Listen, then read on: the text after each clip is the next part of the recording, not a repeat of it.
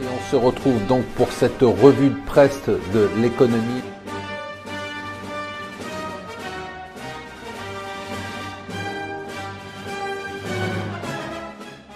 Bonjour et bienvenue sur Mon Financier pour la revue de presse de l'Écho. Nous sommes le vendredi 6 janvier. La nouvelle du jour, c'est le marché des changes. C'est encore là que tout se passe. Vous savez, on avait dit le trend de l'année, c'est la vente de l'euro, l'achat du dollar.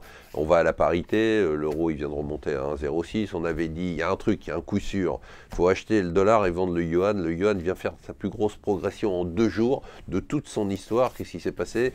C'est la Banque de Chine qui a commencé à siffler la fin de partie. Vous savez que le yuan n'avait fait que baisser en 2016, et ça devait être le trade de l'année. Les Chinois ont imposé une taxe de 13% pour le maintien de positions de vente à découvert, c'est un peu techniquement. En gros, elle a pénalisé les spéculateurs qui vendaient du yuan. Alors, pourquoi? Ça paraît étonnant, parce que finalement, on se dit, les Chinois, ils ont tout intérêt à ce que le yuan baisse. Oui, un peu, mais pas trop, pour 2 raisons. La première, c'est que ça provoque quand même une crise de confiance dans la monnaie chinoise, c'est-à-dire que les investisseurs fuient les investissements chinois en disant oui, on gagnera peut-être de l'argent sur la Chine, mais on perdra tellement sur l'échange que ça ne sert à rien. Et la deuxième des choses, moi je pense que c'est une des premières conséquences de l'affrontement entre Trump et la Chine. Trump avait dit, dès que j'arrive, je convoque le Congrès, et le Congrès doit déclarer que la Chine manipule sa monnaie. Si le Congrès déclare que la Chine manipule sa monnaie, en fait, ça peut déclencher automatiquement des droits de douane, des sanctions, et c'est assez fort, assez monstrueux.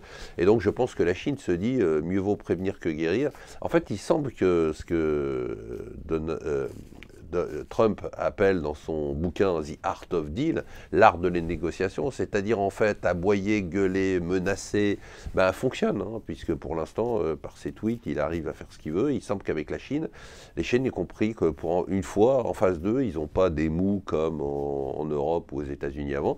Ils ont des gars qui sont aussi de mauvaise foi et comme eux, qui utilisent la propagande, qui utilisent le discours public, qui utilisent la fausse information et la désinformation. En fait, les Chinois retrouvent un Trump qui ressemble aux Chinois, donc ça leur fait peur, et donc ils se disent qu'il va falloir qu'ils soient un peu plus prudents. Alors, on passe à d'autres nouvelles du côté de la techno. C'est intéressant quand même ce que nous dit le Financial Times. D'abord, vous savez que chez Apple, les ventes d'iPhone, ça va un tout petit peu moins bien, mais ce qui va très très bien, c'est les applications. Donc c'est une explosion des revenus des applications, 40% de hausse. On parle de dizaines de milliards, donc 40%, c'est pas une start-up qui vient de démarrer. Et avec surtout Mario, Super Mario et Pokémon Go, qui ont été les 2 applications qui ont absolument cartonné. Je ne sais pas ce que va faire Trump là-dessus, parce qu'il n'arrête pas de dire dans ses tweets que c'est faux, que les Russes n'ont jamais hacké l'élection américaine. Hier, il y avait donc un hearing au Sénat, et c'est clair, tous les responsables d'agences de renseignement américains, alors qu'ils sont tous opposés et se tapent dessus en permanence, ils ont tous dit oui, les Russes sont intervenus dans la campagne électorale, et donc on va voir, lui qui est l'ami de Poutine, ce qu'il va décider de prendre comme mesure de rétorsion. Ça risque d'être assez intéressant.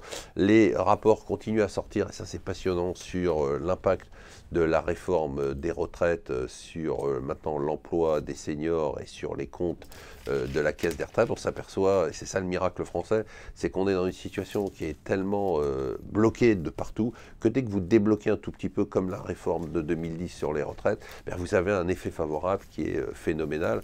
Vous imaginez si on avait 4 ou 5 réformes structurelles majeures, l'impact que ça aurait sur notre pays et la possibilité de se développer. Alors l'autre élément totalement déprimant, c'est un article dans Challenge sur Mélenchon. Mélenchon qui serait donc la coqueluche, 60% d'opinion favorable parmi les 18-24 ans. Mélenchon qui aurait une des plus grosses chaînes YouTube avec 140 000 abonnés.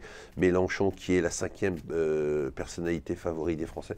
C'est-à-dire que franchement, se dire que ce type qui est un pur produit du système ancien socialiste, qui prône le castrisme et le chavisme, c'est-à-dire la dictature, soit la coqueluche des Français et soit progresse dans les sondages électoraux, je trouve ça juste totalement affolant et totalement déprimant. Voilà, je pense que cette campagne, j'ai hâte qu'elle se termine parce qu'elle est assez triste et finalement assez inquiétante. Voilà, restez avec nous sur Mon Financier.